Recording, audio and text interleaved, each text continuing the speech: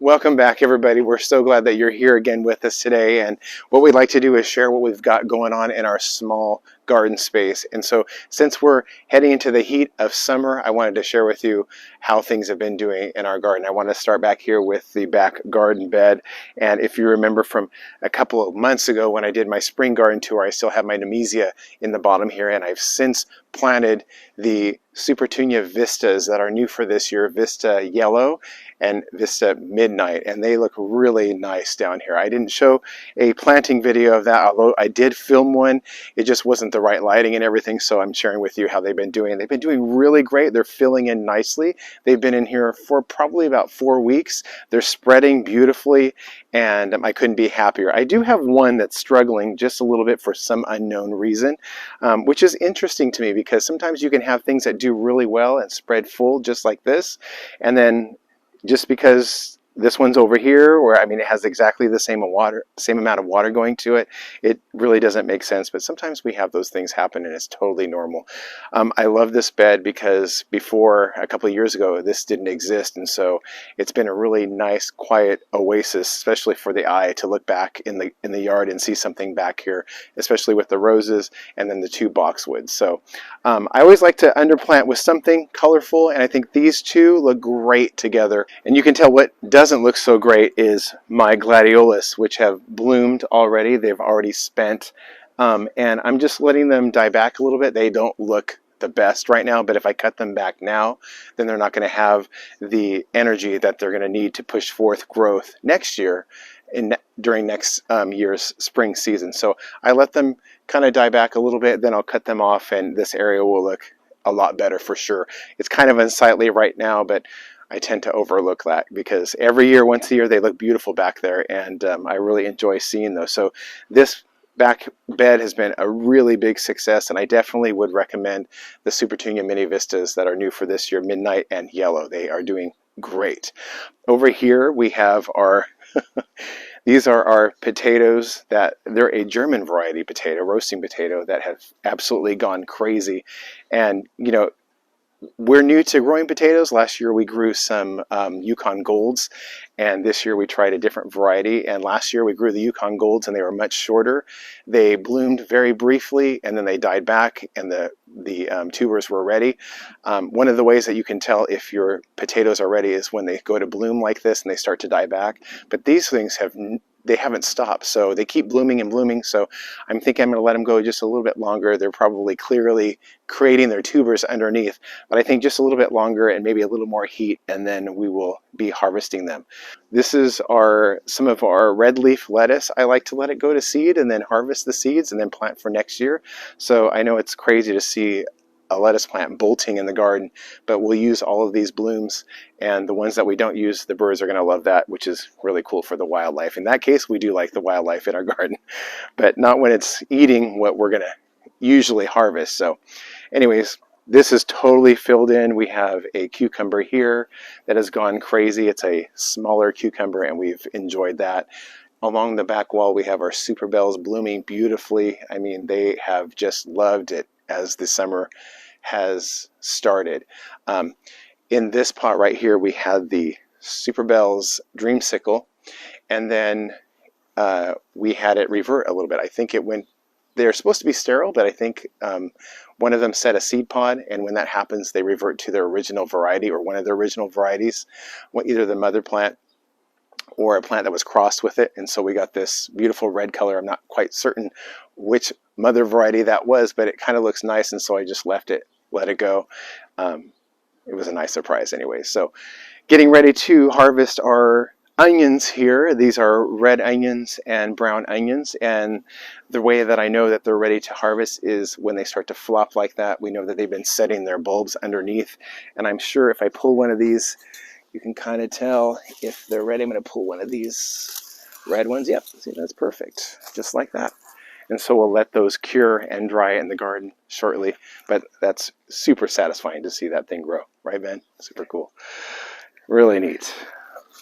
All right, more lettuce going to seed. We have jalapenos back here that are ready to set on some fruit. They've been growing slowly, but as the heat has started increasing here, they're really taking off. And I have this fence here to keep the dog out of the garden. She's pretty good, but sometimes she needs a little reminder. One of our newly planted or repotted boxwoods with the underplanting of the Super Bells Yellow and the Super Bells Double Twilight really doing well. All kinds of growth from when I cut this back, pushing forth. I mean, this boxwood has been really happy to be in its new spot and have more room. And I didn't rough up the roots at all, and it is doing absolutely beautifully, and really appreciative of the new room in the bigger pots. So those are looking great, and pretty soon those Super Bells will cascade over the pot and you wouldn't even be able to see the new pot in there. But anyways, that's really cool to see that. All right, moving on here, we have the really pretty boomerang lilac, and it's just getting ready to set its second set of blooms here. It's starting to bud on the ends of all this new growth, and this will bloom 3 times a year, and it's really been happy in this spot, and I can't wait to see that bloom again. I have it set up to drip there, and it's been, I think, in its favorite spot. I had it somewhere else and it didn't look as good as it is here because it gets sun all day long, and I think it really appreciates that. So my Super Bells that I was talking about in my last video, I think it was about half the height, and if you come over here, Ben, you can kind of see how long this Super Bells Yellow has grown. It has Super Bells Cherry Star in here, but guys, this is like, you know, over 3 feet, almost 4 feet tall, and it goes from the top here all the way down almost to the ground right here. I mean, I have never had a Super Bells trail that much before. I mean, it's looking just a little bit rough in some spots, but there's all kinds of growth here that is probably going to fill in soon. And if I remember to the beginning of the season, I was ready to pull this thing out and replant something. But I mean, that is absolutely incredible, and for sure a win in the garden. You've probably seen this in some of my other planting videos because it's in the background, but I did want to draw attention to this because I've never had anything do that before. So really cool to see how far these things will trail. I mean, it's just completely healthy and thick and beautiful. So a win on that. Definitely has earned its keep in our garden for sure. All right, over here we have our Chrysler Imperial that's in between bloom cycles. And down here we have a little quick fire hydrangea that is just about out of its bloom cycle. And those blooms are fading. It was really pretty. It started with this, and I think this bloom can show you this beautiful clear white, and then it fades to that light pink, and then eventually over time they do turn a little bit darker. But this is its second year. I'm saving it. I haven't planted it yet. I know it seems kind of pathetic that I haven't put this in the ground yet, but there's a part of the front planter that I want to plant this in, and I had to clear something out before I put this in, so I'm kind of saving it because I know exactly where it's going to go. But in the meantime, it's been really happy and doing great. And another huge win in the garden is the tree, the ficus tree, which I thought for sure was on its last leg. I mean, it got whitefly last year. I talked about it in the last garden video in the spring, and then I just trimmed it back. It lost all of its leaves. It even was dripping some sap from the ends of the stems actually, and I thought, gosh, that's not good. So I just kept it watered, didn't give it any fertilizer or anything like that because I didn't want to over fertilize it because it was in a state of shock, and I was going to see if it did better by giving it some time, and clearly it did. I was so happy to see it sprout out the end of the spring and into the summer, and it's getting pretty full. And yeah, this thing's over 40 years old, so that was a very welcome sight to see for sure. It's back, so hopefully it stays healthy and I can keep the whiteflies off of it. That's the first time those whiteflies have ever been a problem, so that was kind of a shock. But anyways, doing great. The oh my gosh, these huge boxwoods back here. I mean, they've probably put on at least 4 inches of growth, and we're just about to head into some of our hottest weather. So I don't want to shear these back now because if I do that, they'll burn, and sometimes I can get big chunks of it that die off. So I don't want to shock them. So I'm going to let them look a little bit woolly and crazy for now, but they're beautiful. And they are a nice green accent, especially with all the flowers that we have in the backyard. So anyways, those will be trimmed probably. I'm going to wait until the fall to do those so that I don't burn them and cause any more unnecessary stress, especially in the middle of the summertime. But they look great back there. All right, hanging basket right here. We planted these Prism Pink Lemonade a couple of weeks ago, and they are clearly happy. I showcased this in my drip irrigation water video that I showed you a couple weeks ago, and they're growing really nicely, and very happy with those. We have more of our dreamsicle down here, doing really well in a little stand in a small terracotta pot. All right, moving on to this little planter here that I had cleared out. I had for the longest time in here, I had an ivy geranium that was red, that was really beautiful. And then we got Millie, and Millie was a puppy and she went crazy and she'd like to cut through here and basically trample the whole thing down. And so I cleared it out because it looked really rough. And now that she's a year old, she's not as crazy.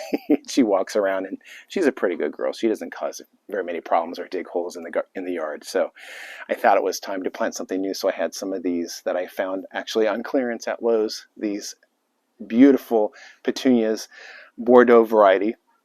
Planted 2 on each side, and they look beautiful. So they've done really well, and Millie has left them alone, and they haven't got trampled. So anyways, that is for sure a win. I think it looks really pretty, this lavender color with the double twilight hanging above here. Really nice right there. So I don't know if you guys remember these 2 planters, these 2 urns that I had purchased from Aldi, and I had planted the Super Bells Cherry Star with the Diamond Frost Euphorbia, and then I had ordered 2 of the Cherry Cordial Surefire Begonias that are new for this year, and they were labeled, both of them, Cherry Cordial, and I received them both that way. But when I planted them, I realized one of them was mislabeled, and I ended up with one of the Surefire Rose Begonias and then the Cherry Cordial. So they're 2 different varieties, but I mean, they're gorgeous. Even though they're 2 different colors, they still look fine, and I'm not upset about that. I just wanted to at least try the new variety, and it's beautiful, especially these dark leaves. This foliage is really, really pretty with that euphorbia and the Super Bells draping over. Really pretty. A win on these for sure. I would definitely do this arrangement again.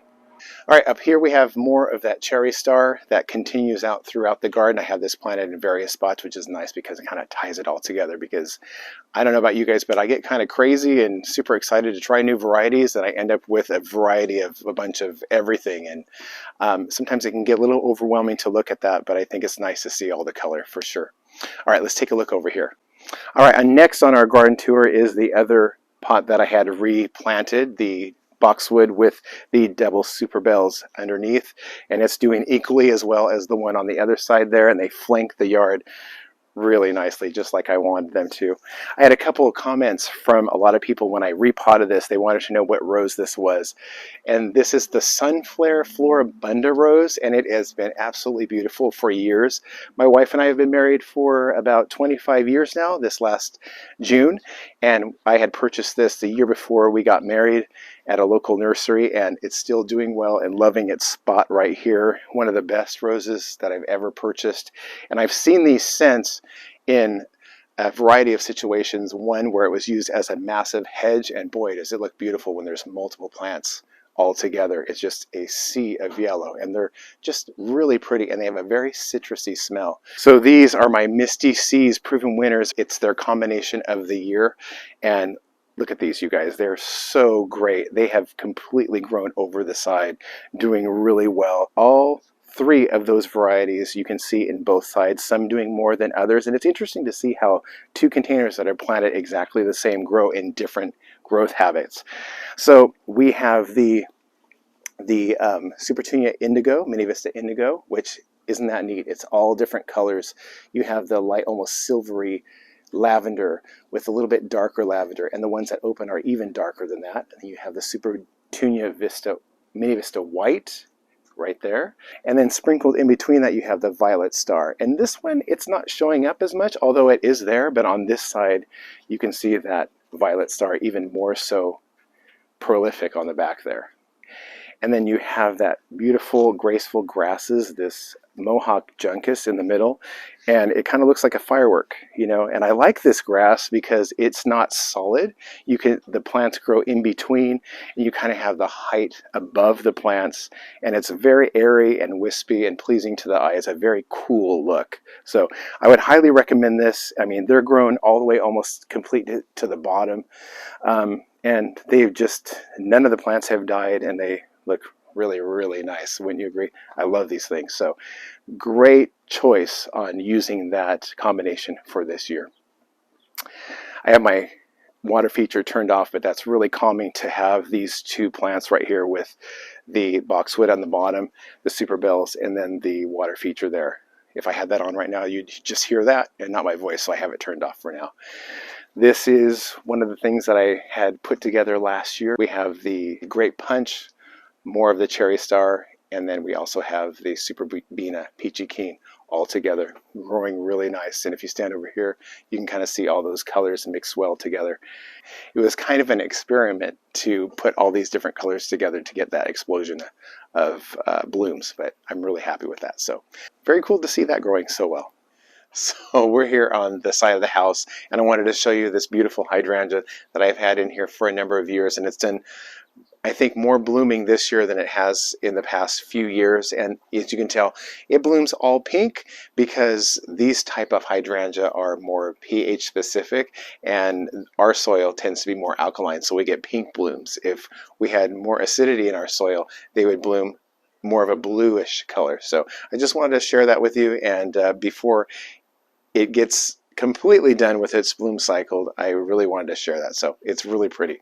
All right, so we're in the first part of our planter on the side of the house where it gets dappled sun in the wintertime and full sun 2 times of the day in the summer. So that meant that I had to find something that would work both in sun and shade, and these Surefire begonias have been the perfect solution to that. A couple of years ago, I planted the Surefire pink or rose begonias here, and these new ones I'm really happy with, especially since we're doing the white theme throughout the front planter. But one thing that's interesting about this, because I did spend some time to talk about how I was trying to condition the soil by adding some of the raised bed mix, and then eventually, hopefully, some more of the mulch and the soil conditioners, because the soil is, I think, needing that conditioning. And one of the ways that I know that for sure is these are growing differently than the one that's in the container right here, planted at the same time. Obviously, the potting soil that I used is preconditioned and a lot more loose and full of nutrients. And so that plant specifically is much more developed and green than these that are in the ground here. So I'm just going to continue to work with these. I might put some water-soluble fertilizer on them. They're not struggling by any means, but they're not growing at the same rate. So I'm going to continue every year to add new nutrients to the soil. Eventually, it will be very similar to what I have in the container. Okay, so I'm really happy about this area, mainly because of the way all of the white blooms look with the green of the hedges, and then the green beautiful leaves of the begonias and of the impatiens. I think that by doing this, you create like a cooling effect, and it really does make the house look cooler, and it's more pleasing to the eye. You don't have a lot of things going on. I mean, I have both of those. I have the front yard, which is all white, which you're going to see in just a moment with the roses, and I have the backyard where I have a varied amount of color back there. And I like both of them, but I really like this, and it was something new that I wanted to try this year. The thing that I find interesting is that I have not been fertilizing these impatiens as I normally would. And I think by doing that, I'm really keeping down the spider mites and the aphids, because it seemed like for the past 2 years, every time I would fertilize them like I would my other annuals, I would end up with a greater infestation, and I would have to end up spraying them, and it would be just a big mess. And I think that by doing this, I think I've figured it out. So these are great. They're doing really well. I just love all the green, and I think that next year I'm going to try to do something very similar. So we'll see what happens, but for now, I love it. Let's check out the front where I have the Supertunias and the Superbinas and all the white roses all together, and they're really blooming nicely. So let's take a look. Now, perhaps the greatest show of flowers in the entire garden is the front planter, and I really am excited to share with you this in its full glory, with the iceberg roses blooming at the same time as the Supertunia Snowdrift and the Superbina Whiteout. And I think those two combinations with the white just really looks nice, especially with the color of the house, the white trim. It just gives it this cooling look, and I think it's nice to have everything cohesive, and I'm just so pleased with how these turned out. These two blooms right here, the Superbina and the Snowdrift together, they're exactly the same shade of white. They go really well together, and they also create a nice texture in the flower bed at the bottom. They also keep the weeds down because it's a really nice ground cover, and it really sets off the white roses. I do have the Simplicity pink roses in here that I'll probably eventually take out because, you know, they've been in here a really long time, about 15 years, and they don't do very well. They don't do as well as the iceberg roses, and so since they don't perform very well, I'll probably put something else in there. So with all of this texture, with the blooms of the petunias and the superbenas and the roses here, it's really satisfying to come through and tighten up the boxwood so you have that really nice rich green of the evergreen with the white blooms. And I think it is something that is interesting to look at, and a lot of people have really enjoyed coming by and saying that they enjoyed the flowers. So thank you guys so much for stopping by our garden today. We really appreciate all of your kind comments, and so many of you have been really encouraging with sharing your thoughts about what we have going on, and we really do appreciate that. So if you're new here today, welcome. We hope you join us again next time, and thank you so much for spending time with us. Until then, bye-bye, everybody.